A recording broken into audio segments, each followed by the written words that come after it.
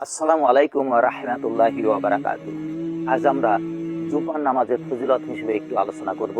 আমরা জানার চেষ্টা করব, বোঝার চেষ্টা করব জুমার নামাজ আদায় করলে আমাদের কি হতে পারে। আসুন আমরা একটু ধৈর্য সহকারে জানার চেষ্টা করি, বোঝার চেষ্টা করি এবং পালন করার চেষ্টা করব ইনশাআল্লাহ।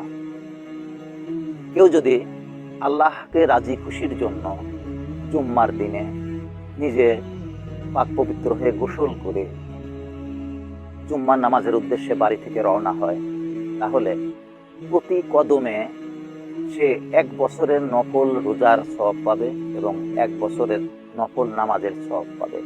এই সওয়াবগুলো তার আমলনামায় লেখা হবে। কিয়ামতের ময়দানে যখন আপনার ফরজ ইবাদতের পাল্লা শূন্য হয়ে যাবে, পাপের পাল্লা ভারী হয়ে যাবে, তখন আমাদের জাহান্নাম ছাড়া কোনো পথ থাকবে না।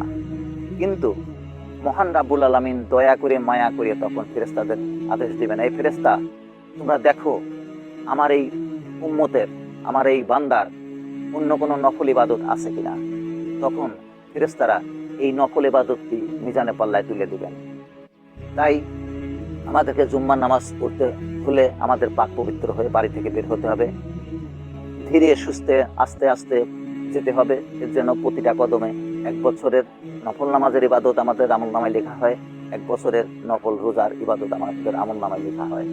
আর আপনি যাবেন, যাওয়ার সাথে সাথে আপনি নামাজ আদায় করবেন, ইমাম সাহেবের কাছাকাছি থাকার চেষ্টা করবেন। যতদূর সম্ভব ইমাম সাহেবের কাছাকাছি থাকার চেষ্টা করবেন। ইমাম সাহেব কি বলেন, খুতবায় উনি কি আলোচনা করেন, এই খুতবাটা নামাজের একটি অংশ। খুতবার মধ্যে ২ রাকাত নামাজ নিহিত আছে, আর ইমাম সাহেব ২ রাকাত ফরজ নামাজ আদায় করে দিবেন, এই ৪ রাকাত। যেহেতু আমাদের উপরে জোহরের নামাজ ৪ রাকাত ফরজ করা হয়েছে, এই জুম্মার দিনে ২ রাকাত খুতবার মধ্যে নিহিত আছে, ২ রাকাত ফরজ নামাজ আমাদেরকে আদায় করতে হয়। এই ২ রাকাত ৪ রাকাতের নামাজটা তো ফরজ, এছাড়া আরো সুন্নাহ নামাজ আছে, সেই সুন্নাহ নামাজগুলো আমাদের আদায় করতে হবে। শুক্রবার দিন বেশি বেশি দোয়া দরুদ পাঠ করতে হবে। রাসূল আকরাম সাল্লাল্লাহু আলাইহি সাল্লামের শানে যত বেশি দরুদ পাঠ করা যাবে, তত বেশি আমাদের আমলনামাটা ভারী হবে, আমাদের মন মানসিকতা ভালো হবে, আমাদের চরিত্রটা ভালো হবে, আমরা উম্মতে মুহাম্মাদি হতে পারবো। আর বেশি বেশি মহান রাব্বুল আলামিনের কাছে তাওবা করতে হবে।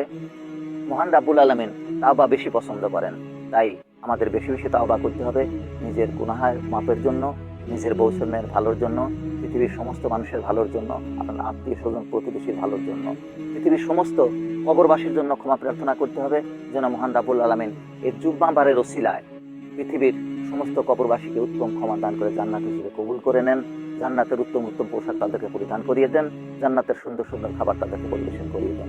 আর আমরা যারা পৃথিবীতে বেঁচে আছি, আমাদেরকে যেন উত্তম মুসলমান হওয়ার তৌফিক দান করেন। আমিন সুম্মা আমিন।